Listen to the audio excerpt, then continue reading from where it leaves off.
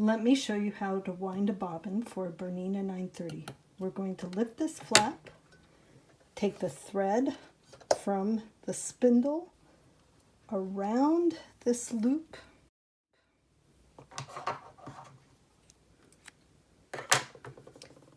I like to stick it through one of the holes and then simply pop it down on there. You'll feel it pop in and this will engage.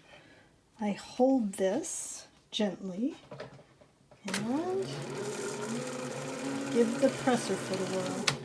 Once it's got a few twists on there, enough to hold it in, I snip off that thread.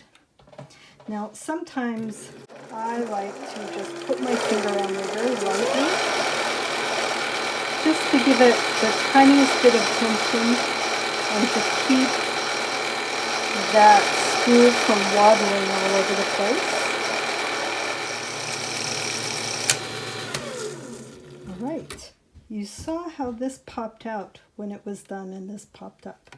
Now all I need to do is snip it there, rethread the machine, and we are ready to go. Thanks for watching. I'd love it if you subscribed to my channel, or even better, stop by my shop and checked out some of the fun things I have to offer there.